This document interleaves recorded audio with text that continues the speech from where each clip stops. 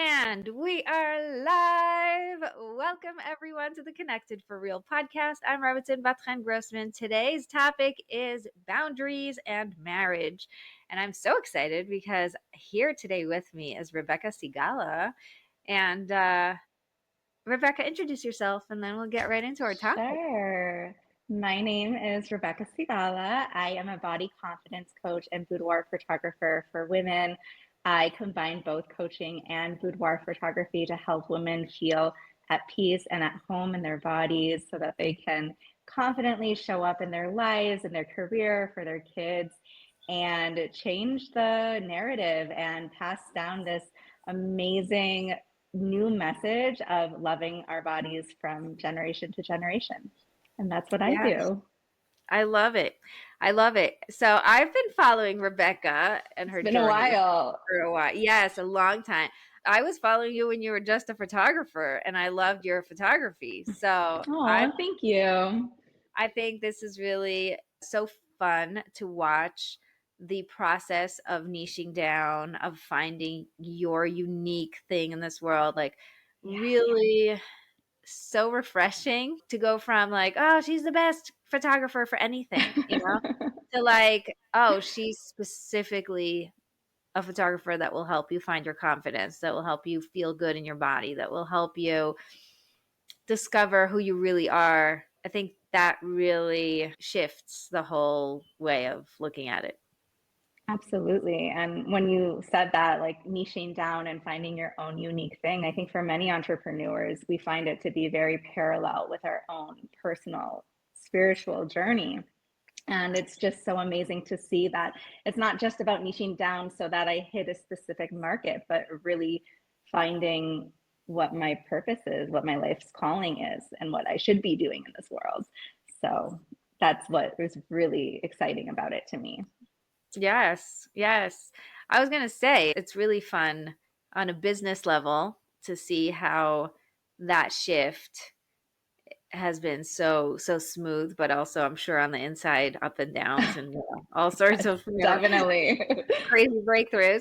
And also it's just, in the way that you're able to specifically help people in Yeah. this way. So the reason why we're talking about what you do and what I do and the combination of all of, this amazing work and boundaries, and specifically boundaries in Mm. marriage.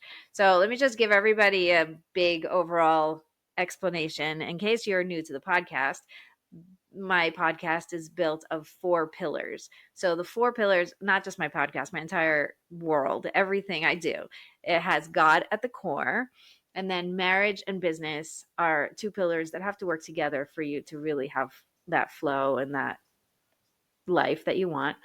And then the 4th pillar is you as the container holding all those things.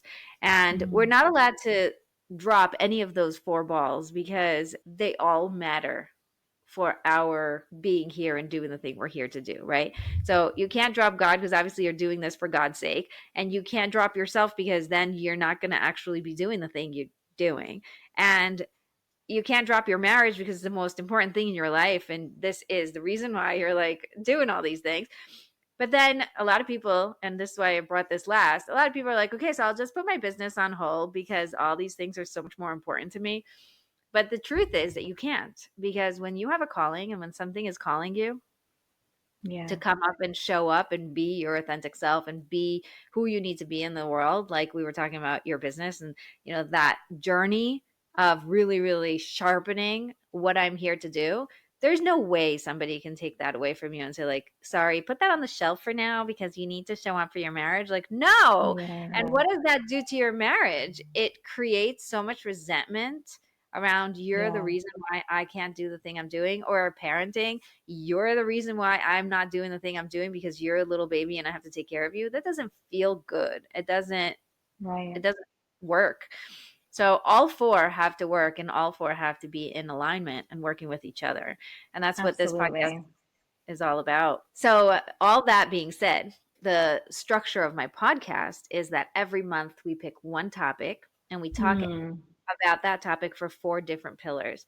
So we had boundaries and God last week, and then boundaries and marriage this week, and then boundaries and business next week, and then the week after is boundaries and you. And every single one has a different guest and a different take. But it's really beautiful because we get to talk about the same thing from different angles and really attack different parts of this really complicated topic of boundaries. And we do that with Yeah, every topic, I money and love time that. and health. I love Yeah. that so much. So, with all that being said, I would love to talk about boundaries specifically in marriage and Mm. what that means. And it could go a lot of different ways because both of us had a lot of fun brainstorming. Oh And yeah. and this is really one of these things that, wow, there's so much to talk about. So, do you want to start and then I'll chime in with some other ones that I thought of? Sure. So I think I was thinking more specifically about boundaries, but I think marriage encompasses so much of our lives as well and our interpersonal relationships. And it's one of the first priorities in our lives. And so I was thinking a lot about when I think about boundaries, I think about creating a sense of self. And I think that's kind of what you were speaking to originally, where it's like there's all these different pieces, moving pieces of your lives. And people think, well, I need to sacrifice a part of myself in order for this other thing to work. And what you're saying is, no, it's actually the opposite, that you need to actually bring yourself to each of these places. And that is so much of the work that I do, where I'm helping women gain their confidence, but it's not just to be confident. It's really about finding who they are and their authenticity, their purpose, what they bring to the world, what lights them up, and then bringing that to every single part of their lives. And that's why confidence and the way that you see yourself affects everything. Yes. Yes. I love that. I love that. When I think of boundaries, the first thing I think of is just the fence between one person's yard to the other person's yard. And it's Yeah. this indicator that says, this is where I end and this is where you begin. Yeah. And that's, I think, the basic, like the first foundational thing about marriage is everybody says, oh, now we're one. And it's really Mm-hmm. beautiful and like the, up there, like high, The lofty flat. levels. Yes, and we are one in a lot of very beautiful ways. And we also have to realize that we're actually two human beings with our limitations in this world, right? Yeah. God created these boundaries around us called bodies, and the Yeah. world is functioning on all these limitations that God put here because we need to learn something about boundaries, about where I end and where someone Mm, else begins. right. And then when I think of boundaries, I also think of a container that actually can hold things, right? You have Yeah. boundaries around the water that hold the water in place. If not, the water would just flop everywhere. So Yeah. your boundaries are also here to help you contain all of the parts of you and sort of show up the way you are meant to, regardless of what's happening outside. I really love that. And it really makes me think about our bodies being a physical manifestation of that boundary and how important it is for us to protect that and create a space and a vessel that we feel safe in, that we feel good about, so that we can not only show up, but just feel like ownership over who we are. Yeah, let's get into that because I think that there's so much in the work that you do that affects marriage in this way because your body is your boundary. It is your physical, this is where I am and this is where I begin and Mm-hmm. end. Let's talk about all the effects of that, Yeah. the way we look at ourselves, the way we judge ourselves, the way we talk to ourselves affects Yeah. the marriage and everybody else, everything around it. Absolutely. So, a lot of my work is based around body image, but for me, body image is not just in the traditional sense where you look in the mirror, do I like what I see? Yes or no, that's it. Body image to me goes so much deeper than that. It's the way that we relate to ourselves, the way we think of ourselves, the dialogue we have with ourselves, how we treat ourselves. And so much of that was formed in a way that was a little bit out of our control, like from the media, from our family, from all these outside influences. And it makes sense that we kind of pigeonhole ourselves into these boxes of like, well, I'm this kind of woman, I'm this kind of person, I'm I'm really cute, but I'm not beautiful, or like even little things like that, where there's just like a small little nuance in the way we see ourselves because maybe at one point someone told us that, or someone compared us to someone else, or we heard someone say something. Right. And so that really sticks with us, and whether consciously or subconsciously. And then that's how we relate to ourselves and see ourselves in the world. And I think that, it affects everything, including marriage, of course. One thing that I'm thinking about a lot when it comes to like marriage and the boundaries around that is like, I hear a lot that people tell me, oh, my husband thinks I'm so beautiful and he gives me all these compliments, right? And I can't accept them. And Mm. yeah, I can't accept them, or like I just kind of brush them off, or I'm like, oh, whatever, it's just my husband. Like he's just, that's what he's supposed to say, that's how he's supposed to feel. And one of the things that I like to ask my clients is like, well, what if you actually believed it? Like, not just believed he believed it, but like believe that about yourself, that you are beautiful, that you can, like, whatever compliment he's giving you, that it's really true. And you feel that in your body and in your soul. And what would be different in that moment when he gave you a compliment? And it's always about connection. It's always about like walking towards each other. And you almost think like, oh, I shouldn't accept it. Maybe that would be vain, or maybe that would be like, egotistical to be like, yeah, I know, thank you. But actually, when you don't accept that compliment, it just brings you further apart. And when you can accept it, you're in connection with each other. You're seeing the same thing, you're appreciating the same thing, and the light in each of you that comes out is absolutely so important and beautiful. Yeah. I remember I once watched, what was her name? The Empowered Wife, Laura Doyle. Laura Doyle had this like quick video thing. I watched this so many years ago. I have no idea what she's up to these days because I I read her book and saw like And that was videos of it. it. Yeah, pretty much. But anyway, I saw this video where she was going around giving compliments to people and she wanted to Mm, see what their reaction was. And like, wow, you're so beautiful. And it's like, oh, no big deal. No thanks, whatever. mm, Oh, this is old. I bought it at the supermarket, whatever. Like, such ridiculous responses that we have to yes. compliments. And she was explaining that when you reject a compliment, you're not just rejecting the compliment, you're rejecting the person giving you the compliment because Mm, they tried to create a connection and you basically pushed it away. And it's yeah. exactly what you're saying now. It's what would happen if instead you just said thank you.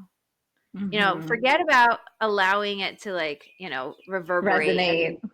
yeah, anything. Just thank you. Receive. Mm, Be able to graciously and gracefully allow the other person to give you without the need to do anything but thank you. And I feel like that would be step one before going to the next step of allowing it to right. really seep in and envelop you. It's just allow it to be first. Yeah. Get comfortable with the discomfort of it. Yeah. Yeah.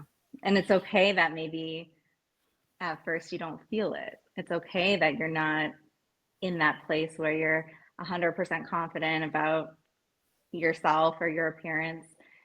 But yeah, but you can still not be in that place and still accept a compliment and say thank you. That's so true. Yeah. Yeah, I think it's really the same as a gift, right? Somebody comes to your house and they're like, "Thank you so much for having us. I bought this, bottle of wine." And you're like, "No, thanks. I don't drink wine. You can take it back home." Like Yeah. that would be so rude, right? Yeah. So, there is something so powerful about saying thank you and just letting it be on the Mm-hmm. counter. Like, just let it sit. And I Right. think if you do that, you'll slowly learn to collect those things on your counter, in your soul. Mm-hmm. And when you're ready, you'll be able to let them in.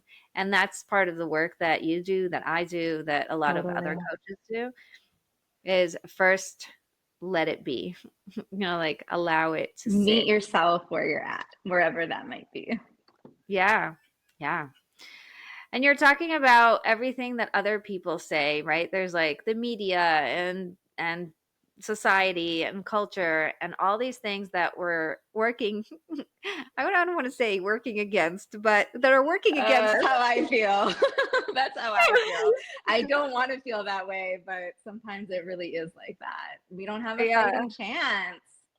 Yeah. So I feel like they're working against everything that we do for our children to like try and Yeah, build them up, especially now with phones and with everything that's going on. There is everything, nothing they need to do to be affected. It's like just nothing.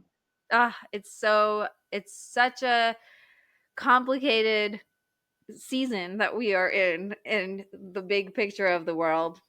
Yeah. And And people like to say that they think that like body image is getting better because of the body positivity movement. And that's not really what I'm seeing. I think there's just so much information. And while there is the opportunity to learn something different if you want, there's just so much out there. And with social media and the filters and the everything, it's nonstop. yeah, and I think of all of this as, from the point of view of boundaries of like bondage, right? We're going into Passover now, and Mm, heavy, there's this yeah. heaviness that keeps you stuck, that holds you down, that doesn't let you be free to Yeah. see something different because of the beliefs that you've solidified throughout this experience. So, growing up and seeing all of the different things that were shown to you and the different ways that they're manipulating your brain to think something is more beautiful or less beautiful, and there's something wrong with you and you have to fix this, and what we want to sell you so that you can be happier finally, and whatever, Yeah.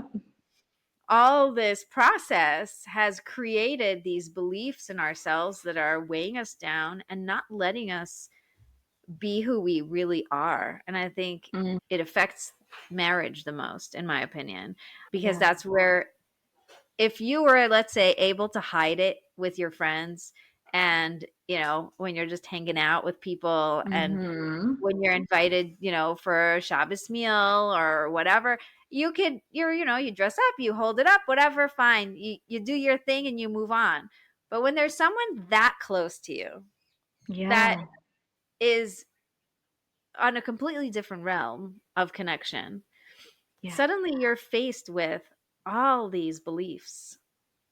And Yeah. that's where it really weighs you down. Let's talk about that. Yeah. I was actually recently talking to someone about this in terms of like whether it be emotional intimacy or physical intimacy. When a woman looks in the mirror and does not love what she sees or is kind of neutral or resigned to it, okay, it is what it is. Let me just not think about it. That's like a non starter for intimacy. It's Right. like, it sucks all the energy, all the light, all the joy out of you, and it's like it's a non-starter. It's almost like having that baseline for seeing yourself in a beautiful light can create the most incredible, emotionally intimate experiences in your marriage and in your life. Yeah. Yeah. Tell me more about that, because I want to get to a place where the Yeah. listeners say, okay, now I know what my homework is, or now I know what I practically need to do in Yes, order, yes. right? Because like it sounds great and we could all sit there and smile and be like, yeah, uh-huh. But then you're faced with it every day, right? Then you Yeah. go back to your little cave where you get to just be you with yourself, and it's so uncomfortable that Yeah. it's just easier to Well, I ignore. think that the first thing was really what we were talking about initially, where you have to get comfortable with being a little bit uncomfortable.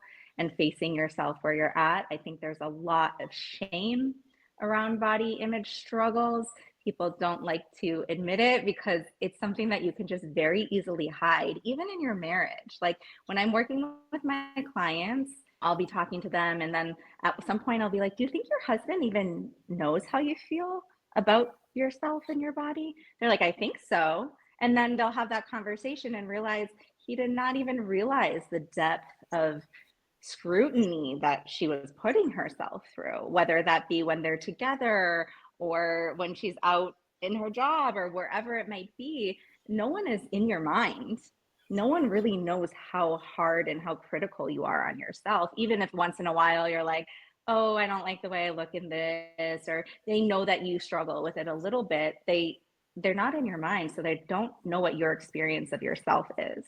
And so I think, yeah, there's a lot of shame around it. And I want to dispel the shame because I've worked in this field for 12 years now and have worked with thousands of women. And I have never met someone who hasn't had a body image struggle in some way, shape, or form. It's part of the human experience and unfortunately part of the modern day human experience. And that can mean different things for different people. But I think to really understand that it makes so much sense that we feel the way we do, that these messages and opinions that we have about ourselves are not even necessarily ours, and realizing that we can change them. So that really, I think, is the first step, is like dispelling the shame around it, meeting yourself where you're at, and starting to think about the fact that you could shift it. It could get better. It's possible to see yourself differently. And for some reason, when it comes to bodies and appearance, people don't think that's possible. But then I'm like, but you've been in therapy for 10 years and you've changed the way you think about this and this and this and this. Why can't you do it about your body? But that's how strong of a hold that diet culture and beauty standards have on us, where we actually don't even think it's possible. And it is. Yeah. Yeah. Whew. Yeah, it's a Wow. lot. Yeah. When I'm talking about bondage, I feel that. I feel that with some Yeah. of the people around me. I feel it with, yeah, I'm just thinking about teenagers because I have four. My first Wow. Oh my four gosh. kids are, yeah, my first four kids are girls, and they're all teenagers now. And so there's this really strong awareness and this presence of all of these little tiny messages and the way that they react. You know, I say, oh, you're so beautiful, and it's like, oh, leave me alone, don't talk to me, you're such a mother, blah blah blah, right? There's like this anti such strong, because it's almost like if I believe you, then I'm gonna have to face the fact that I can't believe other things. Like I can't, Wow. I don't have the capacity to hold both truths. And so there's Mm-hmm. just, I can't, I need to reject this right now, which is fine because Mm-hmm. I'm mature enough to let it be and let them grow up and mature and find that way. You know, Yeah. everybody has their journey. And also fascinating to me to see that, to really experience that. Yeah. Yeah, absolutely.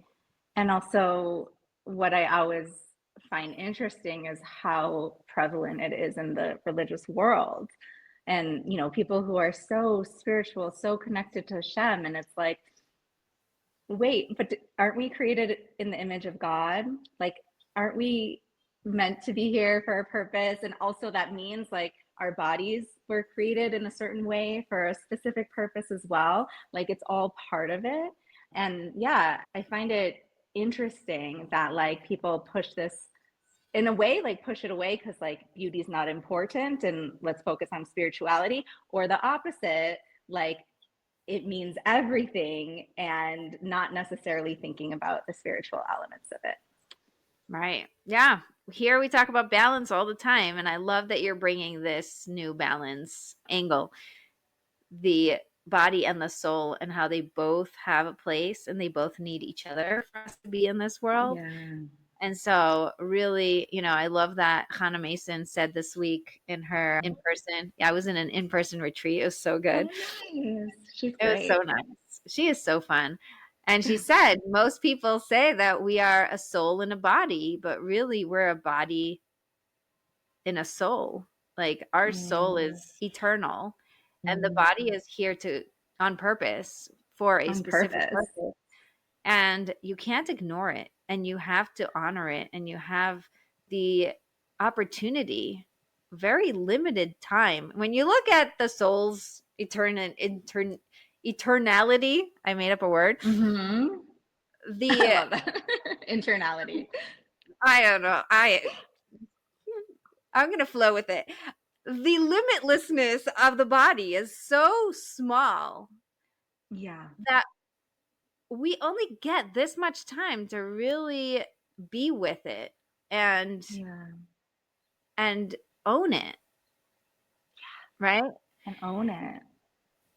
And there's something so beautiful about the body representing that light within you, sort of like Mm. being your face, like almost like the face of the business, right? Where it's like there's all this amazing stuff happening behind the scenes where nobody could see and nobody, like Mm-hmm. you're saying, nobody could read your mind. Nobody knows what's actually happening Yeah. inside. But there is a way for you to reflect that and a way for you to hold yourself a certain way and to Mm-hmm. feel a certain way and to allow yourself to be physically a certain way that Mm-hmm. is so powerful. Yeah. Really as a reflection of how you see yourself, not necessarily needing other people to see you a certain way, but reflecting how you carry yourself, how you treat yourself, how you walk through the world is really a reflection of that self image. And Yeah. when you put a piece of yourself, you avoid a piece of yourself, like beautiful doesn't matter. It just matters that I'm smart and that I'm this and that I'm that. That's also a part of you. And so it does impact the way that you show up. Yes. I love that you said that. A lot of people think if I just divorce this part of myself, then I will be perfect. And it's actually like, no, you are missing a part of yourself. There is no way you can be Yeah. perfect because there is almost like the bite missing. And this piece is actually the thing that is going to make you feel whole. And it's going to be that part Yeah. that's I'm talking about whole, and I'm remembering a long, long, long Mm. time ago, I had a video about perfection. And I was walking with my husband and we were talking about whole wheat and I was like, whole wheat. Huh. And it suddenly hit me and he was like, what are you talking about? And I remember exactly where it was, like this like little walk, like a Uh-huh. tail. Yeah, like so funny. And I came home and I did this whole video about how being whole is all about the parts, just like whole wheat is the shell and the seed, right? So, you know how the whole wheat is made of the grain and also the external layers, like the Yeah. klipa, which is like so interesting Oh, because okay. Yes. it's called klipa, like that's the Hebrew word for the shell, Right. but also is a Kabbalistic term for like the Mm-hmm. layers around us Yep. that are holding us almost captive. And we need to shed those in order to really shine, which is really interesting. But anyway, that was a total tangent in my Wow. head. Wow. So you No, have, it made me go places too. yeah, yeah. So you have the whole wheat. Let's say whole wheat bread is made of whole grain, and the whole grain has Okay. the non-perfect. And then people were like, no, let's make bread be perfect. So let's get rid of all the external stuff and let's only get to the bottom of it and make the whitest bread possible. And it's going to be so delicious and so fluffy and so great. And they created the Mm. perfect bread, except it doesn't digest well because there is something missing. And the something missing is all the Mm. imperfections that we've been trying to get rid of are actually helping us digest the world. They're helping us with the process of living. And so I think of that also Yeah. in the way that we live our lives. There are parts of you that you're going to want to kill and get rid of and shed and be like, I hate this part of me, or I don't like the way I am in this way. And instead of fighting it and trying to get rid of it, what if we get to bring it along and digest life differently, almost like go through the Yeah. journey in a new experience with all of the parts of us. It's like this body image thing really speaks Mm. to me because I feel like I know so many people who reject that part of themselves, Yeah. and it's painful. It's painful to watch how difficult it is to then go and live your life when in reality part of you isn't living. Yeah. I mean, it's so true about kind of these codes and running away from yourself in a sense. And that's actually part of my own story is when I started on my spiritual religious journey. That was part of it. Like I thought that like this part of me in the past was like bad and wrong, and I had to like leave it all behind in order to embrace goodness and God. And somewhere along the way I realized this exact sentiment where it's like, no, those things are a part of me. They're integrated into who I am, and they can give me so much wisdom and so much insight, and really seeing myself as a whole versus like these different parts. Same thing with body image. When you look in the mirror and people just they zoom in on that one thing that they don't like versus seeing the whole and the beauty of their being. And so yeah, it's really about integrating all the different parts of us. And instead of trying to get rid of those things that we think are bad, I think the part that we need to work on is that voice that tells us that these things are bad. Right. Yeah. Yeah. Instead of judging, just, let's look at the judgment and sweeten it up because it's not fair for you to live that way. Let's get Yeah. practical. Let's, give some real advice about how can somebody do that for themselves. Body image specifically. So, I mean, I have like a pretty in-depth process that I bring my clients through. I think, like we said, the first step is really to become aware of it and to release the shame from it. One thing that I would not suggest is to fake it till you make it.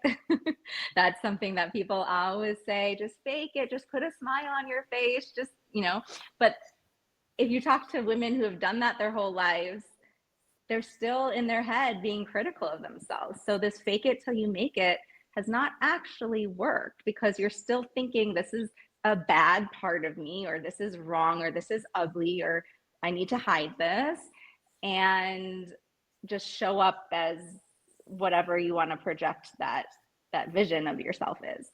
Yeah. So The fake it till you make it is so painful because what it does is it strengthens of the way you feel about yourself when you're not in alignment, right? It's right. like if our goal is to be whole and to be in alignment and to feel like all the parts of us are sort of like tucked in beautifully and we're like nice and tall and we're Yeah. connected and we're straight and we're lit up. Mm-hmm. So fake it till you make it is I'm faking this aligned straight thing, but I'm not in alignment. And so that disconnect on the inside tears you apart from yourself. And then you can't trust Yeah. yourself because if I'm faking it to everyone else, maybe I'm also faking it to myself. And then I can't trust myself and I don't trust my intuition and I'm not connected for real. Mm-hmm. So then I get into all these big problems and, it just sort of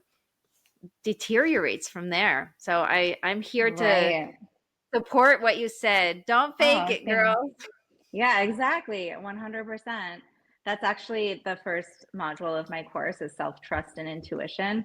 I feel like that's the foundation of just everything. And in terms of specifically beauty standards and diet culture, we've been taught to not listen to ourselves, not listen to our intuition, not listen to our bodies. Like, when we're hungry, don't eat. Instead, like drink coffee or drink water. When you're working out, work out harder than you really should because you need to lose weight, XYZ, right? And we have all these thoughts in our minds that like our bodies, our desires, our physical sensations are not to be trusted.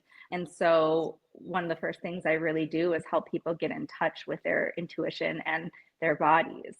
One way to do that is I actually have them set alarms for, and this sounds really kind of annoying. And I at first did not want to do this for myself, but then I did it and it was so life changing. For a little bit of time, I basically every 2 hours I had like a really nice, beautiful alarm go off. So it wasn't like, it was like this really nice sound. And it was a reminder for me to check in with myself and check in with my body. And I would take a deep breath, maybe close my eyes if I can, and just say, body, what do you need right now? And just opening that dialogue with your body is incredibly powerful because you start to understand what it needs. You start to trust it more, start to respect and honor it more. And so even before you start getting into all the beliefs about beauty and body and diets and all of that, like really just slowing down, becoming aware of the things that you're struggling with, bringing compassion to that, and then starting to connect with your body and start to trust it again, create a relationship with it. I love that. You know what came up in my mind? There's past, present, and future. And a lot of times our minds will go in the past and in the future, and it's very difficult to get in the present. And so there's an entire movement to become more mindful and more present and be here and now. Yeah. But there's something that's really powerful, and that is that your body is only in the present. Unlike your mind Mm, that can travel, your body is just here. I like Your body. that. Yeah. And so getting into your body is really the best way to get present because there's nothing else to do but to be here and feel my fingers 100%. and count Well, them. that's what we were talking about with like the marriage and the intimacy piece is like when people struggle with their body image or just even the way they see themselves, they're in their head. It's Right. very head oriented. And you're in the past, the future, comparison, this, that. It's all very in your head.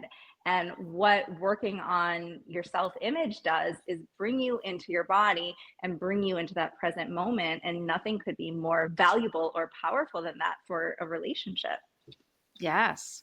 Yes. And anytime, like, and, if we're talking practically, the best way I know to get present is to get into your body, right? Anytime you catch yourself in your thoughts, in the drama, in the up and down, back and forth, woo, everything going on in your head, all you need to do is just like you said, close your eyes, take a deep breath. Sometimes I ground myself like a grounding wire. I actually will send all of my awareness down my feet into the ground and just really arrive, and Wow, and beautiful. sometimes it reminds me when I was a kid, we were watching a movie and like the room was, regularly lit, whatever. It wasn't anything dark or not.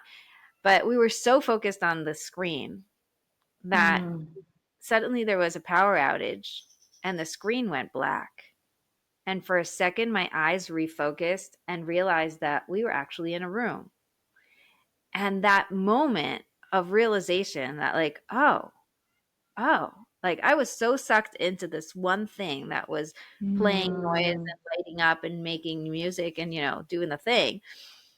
And when it stopped, it brought me back to where I actually am. So it's wow. like that. It's like that. Like, Yeah.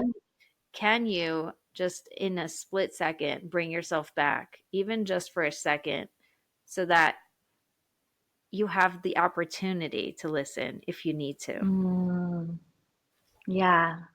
And our bodies are so wise. They offer us so much intuition and so much wisdom about ourselves. And I think what you said about the fact that our bodies are always in the present, it's probably one of the reasons why, because we're disconnected from that and connecting to our bodies really brings us to the present. And there's so much beauty in that.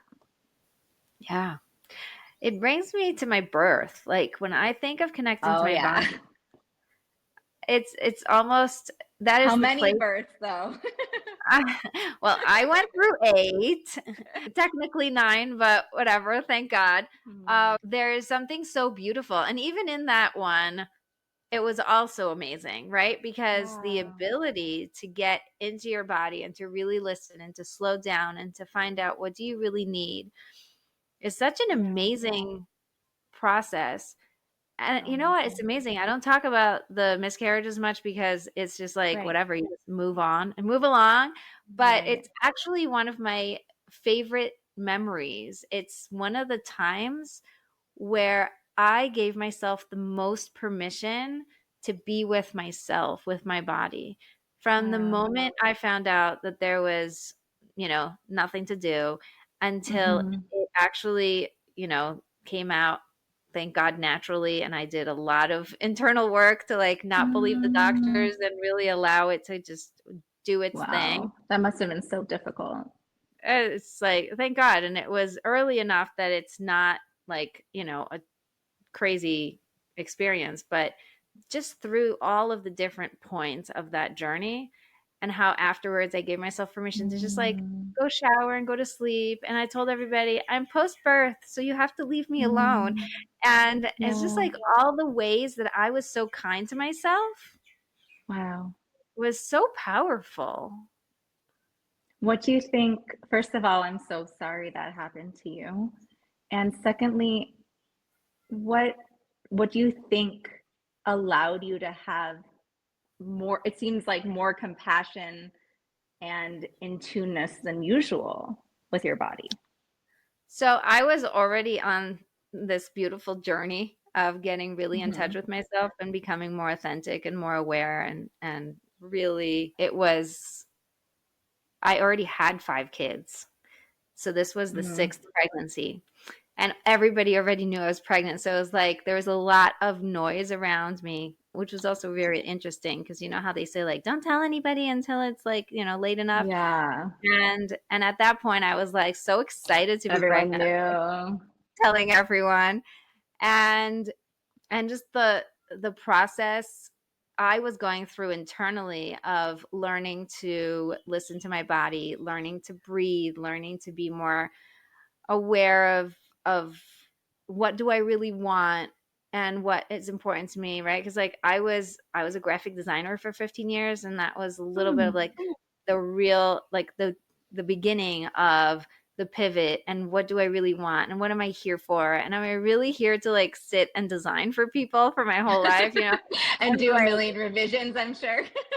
yes, and I loved my clients, and the thing that I loved the most was going to the meetings and making peace Yeah. because most of my clients, ironically, were all family businesses, like family-owned Mm. businesses, and the mother and the father were always fighting about what should be done, and the adult children are working for the parents and they're taking sides, and they have to work within this like drama, stressful situations.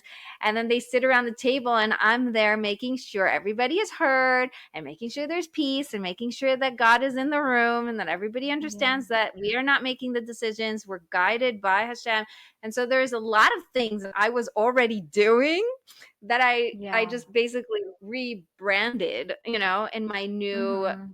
reality. But that was really interesting for me. So I think, you were asking like how did I get to that place? I think all of that together, like the journey of finding and tweaking and sharpening what I'm really here for, and then having this experience and then suddenly being told by the doctors that can't be and you have to do this and that and we know better, and there's something inside me that just said no, no, I think it's gonna be fine. Like I'm gonna go home, I'm gonna rest, I'm gonna do the things I Hmm. need to, I know what to do, and it's gonna I be know okay. my body. That's like a Yeah, very empowering feeling to have, where a lot of people have that experience where they feel like a lack of ownership or self trust with their bodies because of their medical experiences. So I think yeah. that's so cool that, like, an experience that could have been totally different was actually a time when you think back of like a deeper relationship with your body and tuning into your self trust and your intuition. That's really cool. You just said that and I just realized something. So you said the medical system and everything. So the first birth I had was in the hospital with epidural and pitocin, and the Yeah. doctors and everybody knows better than me, and they're Mhm. doing They're Yep. doing it all, and I'm just sitting here like, whatever. Anyway, and I worked every birth to try and learn new things to connect to my body so that I can be Wow. more in charge.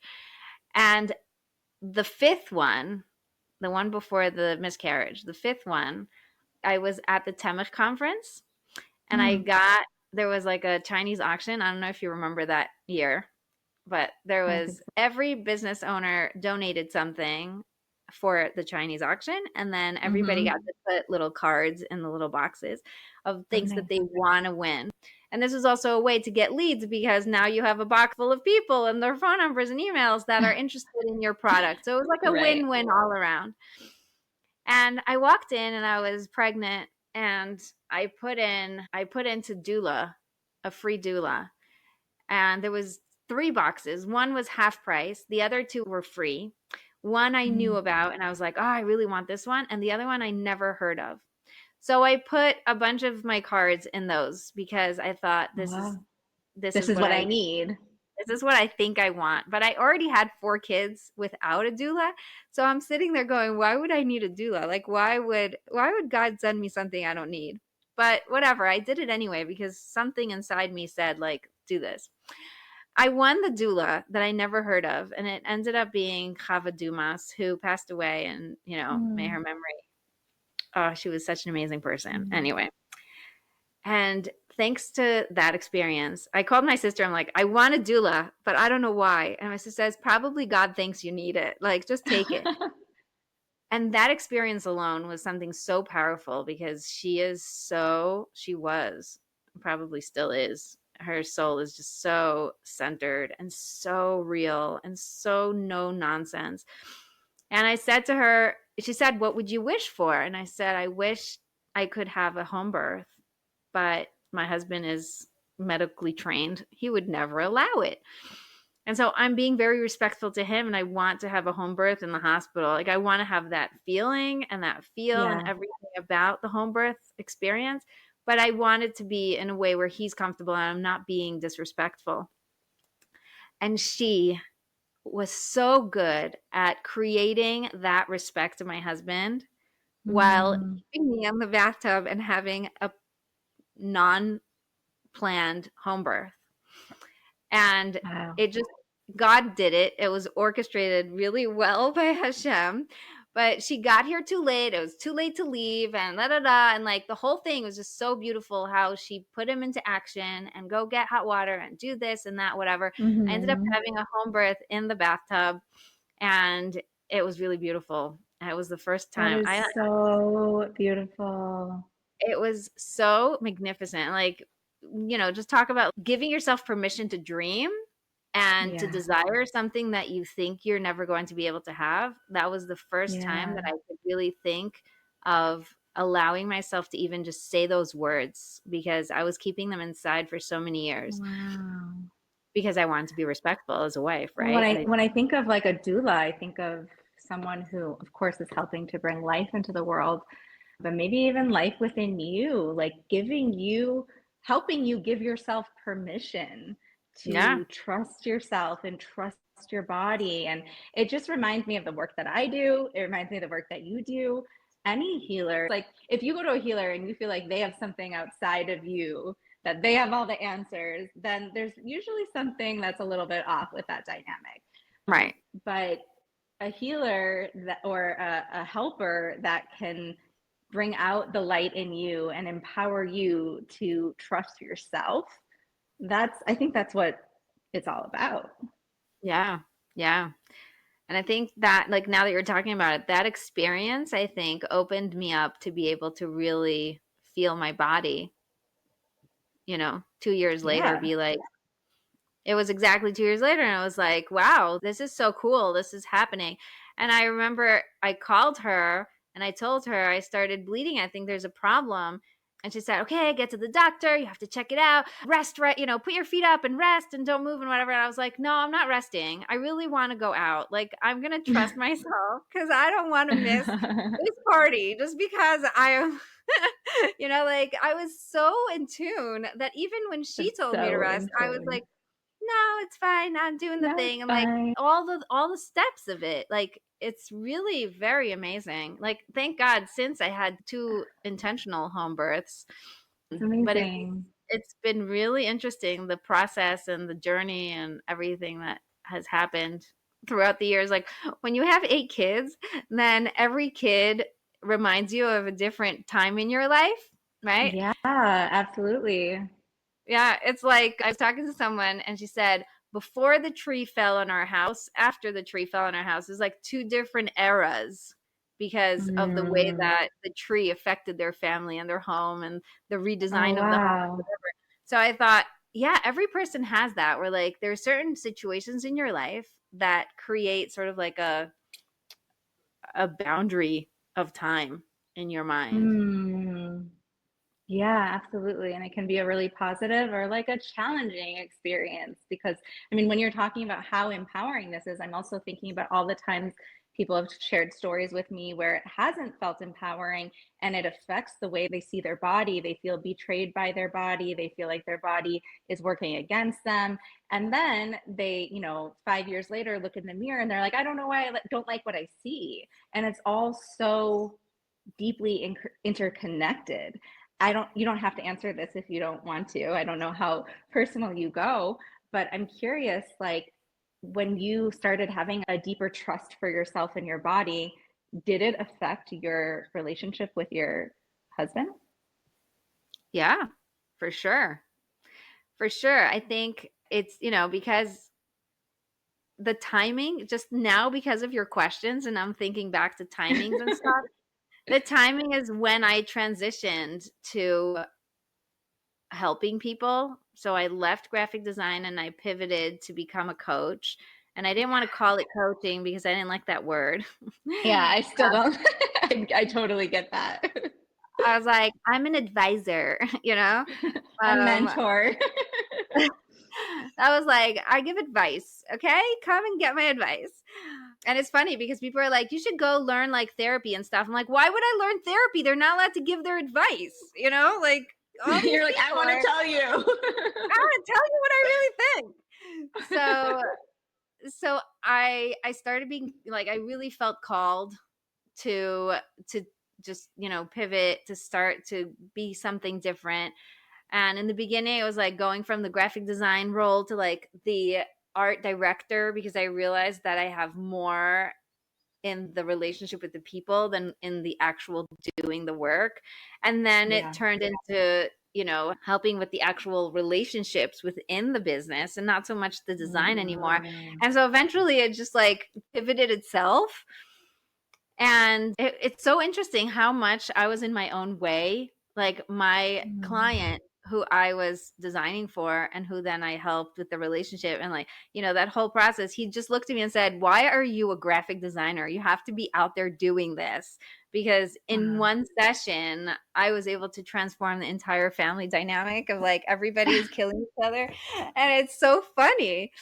But I had to get like he had to tell me to to go and do it for me to realize like, oh, he's right, I should probably do something with this. Right. So when bringing it back to my marriage, I think one of the biggest things was that I felt my husband was holding me back and I was really resentful of how that Mm. felt. I felt like Yeah. I was constantly being trying to go forward and being held back by the home and the responsibilities and what I'm supposed to do. Mm.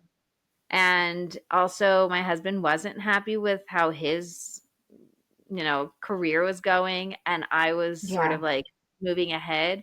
So that also was really hard for me because I felt like he was going to be jealous and I thought that he was going to be upset with me. And anytime I had a Yeah. win, he would remind me of how he doesn't have a win. And so it would push me down. Mm. And like the beautiful thing is now that I look back at it, it doesn't mean anything about my husband because he is totally, he's such a cool guy. And he was like, who cares? I just told you. Like, I didn't think it meant anything, but like, I made it mean stuff, right? Right. So, like, most of the drama was in my head, but it was He affecting was me so trying much. to, he was just, he was sharing with you, but you were thinking like, you were feeling guilty about it. And it was just, Yeah, it was compounding the evidence that like, you shouldn't be doing this. You should be at home. Like, there's something exactly. that you should be doing differently. I get that. Exactly.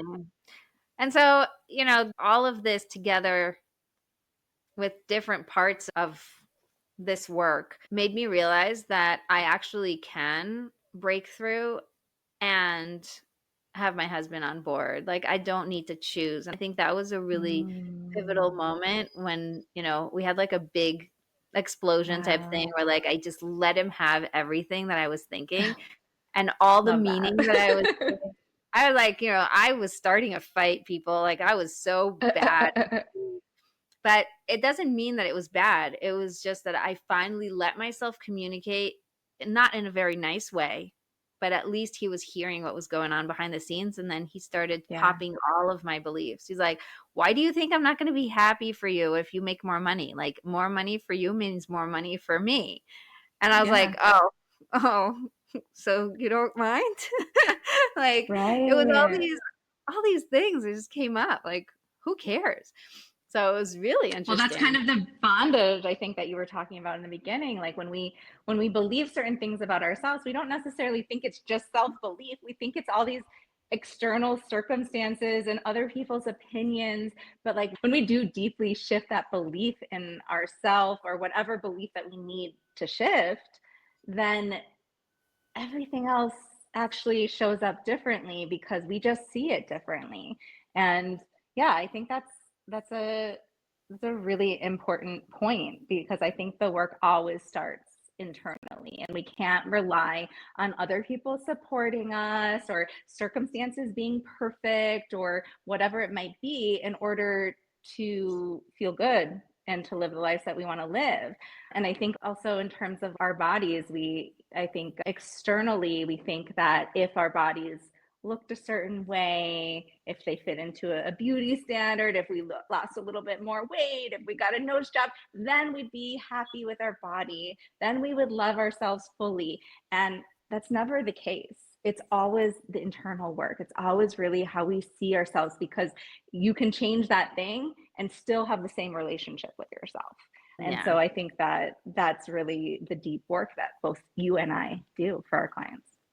Yeah. I love that. I think you wrapped it up really beautifully. And in my mind, when we're talking about what is the first step, and it was brought up a couple of times with the different examples that you pushed me to bring up, which I love. I'm like, so, I'm so happy we had this conversation. But Me like, too. it kept coming up about giving yourself permission to want, giving Mm, yourself permission to desire, giving yourself yeah. permission to own what you really want from the experience. And that's the first step. And by the way, like in the calm method, which is the method I created and teach That's and amazing. use with my clients, step one is connect to yourself, because it is always step one. And any breakthrough I've ever had, step one is always, what do you really want? Connect to yourself, Mm, like really bring it in. yeah. Yeah. And listen to that instead of like, I think we hear something come up, like we'll ask ourselves something and the first thing that comes up we're like, wait, but no, and we try to override it. And it's like really listening to that intuition and what we really want, because we know at the end of the day we know, and we can kind of silence the chatter and everybody else's opinion and connect to that ourselves, and that's really powerful. Yeah. Yeah. Oh, this is such a fun conversation. Thank So you. fun. Thank you for having me. How can people find you? Where can they give you money? How can they become more confident and work with you? Amazing. So there's a few different ways. Well, first of all, I'm mostly on Instagram, which actually I just went back on LinkedIn and it's really popping over there. I'm like, wow, this is really fun as well. But I'm mostly on Instagram. I show up there mostly every single day. Rebecca Sigala Boudoir. And I have a few different ways that people can work with me through my healing boudoir experiences, which combine both coaching and boudoir photography to help women see themselves in a completely new way. And then I also have a virtual program. It's a 12-week program called The New Sexy, and it brings people through a incredible experience to not only see themselves in a new way, but embody this next level version of themselves who is confident and at peace with their bodies. And then I also, right now, I actually just put out this really incredible 3-day course for entrepreneurs to help them unlock the confidence to show up on social media and in their business. And I'm really excited about that as well, because that's always been a big intersection in my work. And to specifically help entrepreneurs is going to be so much fun. Yes. So that works perfectly because, those are the people listening. So that's really fun. I love that intersection where entrepreneurs suddenly have to deal with other things that come up and you're like, Oh, "Oh, yeah. where did you come from?" Totally. I mean, so much of it is about how we see ourselves, and I see that especially in my work and my business growth. So I'm really excited to venture there. That's so cool. Okay, send me the link for that and we'll make sure to send it out with the email. This has been incredible. Thank you so much for coming. And thank you Thank for the you. listeners for listening all the way to the end. Mwah! I love you all. Don't forget to be connected for real and have a wonderful Passover.